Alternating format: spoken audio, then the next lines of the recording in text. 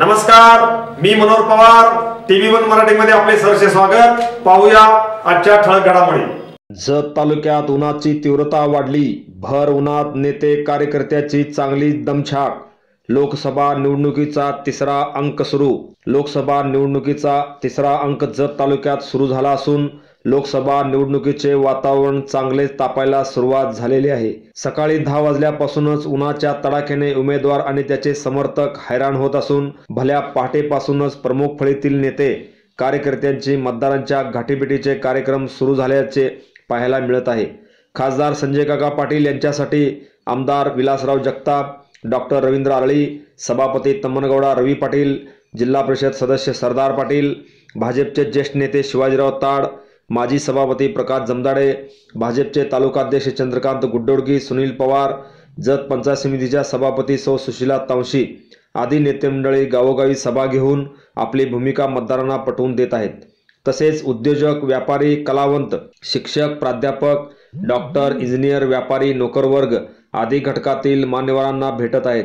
त्यांच्या अडीअडचणी समजावून घेत आहेत. त्या अडचणी कशा व कोणत्या माध्यमातून सोडवणार यासंबंधीची माहिती सांगून मतदारांना आपल्याकडे खेचून आणण्याचा प्रयत्न हे नेते करताना दिसत आहेत. तर स्वाभिमानी संघटनेच्या उमेदवारांसाठी काँग्रेस पक्षाचे युवा नेते विक्रम सावंत, तालुका काँग्रेसचे अध्यक्ष अप्पाराया बिराजदार, माजी सभापती संतोष पाटील, काँग्रेस पक्षाचे कार्याध्यक्ष नाना शिंदे, माजी सभापती बाबासाहेब कोडक, राष्ट्रवादीचे नेते सुरेशराव शिंदे, माजी जिल्हा परिषद सदस्य रमेश पाटील, उपनगराध्यक्ष आप्पा पवार आदी नेते उमेदवार विशाल पाटील यांच्या समवेत अनेक गावाचा दौरा केला. ग्रामीण भागात गाव पातळीपर्यंत प्रमुख कार्यकर्त्यांच्या घरी गावकऱ्यांना एकत्रित करून बैठका, सहभाग घेऊन प्रचार करण्यावर त्यांनी भर दिला आहे.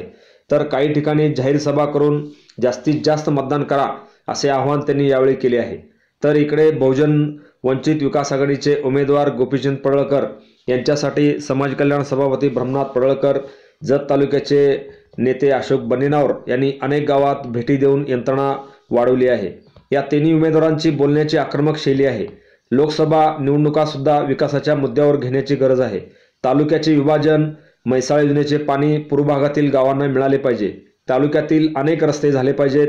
जत तालुक्यातील रेल्वे लाईन गेली पाहिजे. असे अनेक प्रश्न या तालुक्यात असून या मतदारांच्या अपेक्षा आता वाढलेल्या आहेत.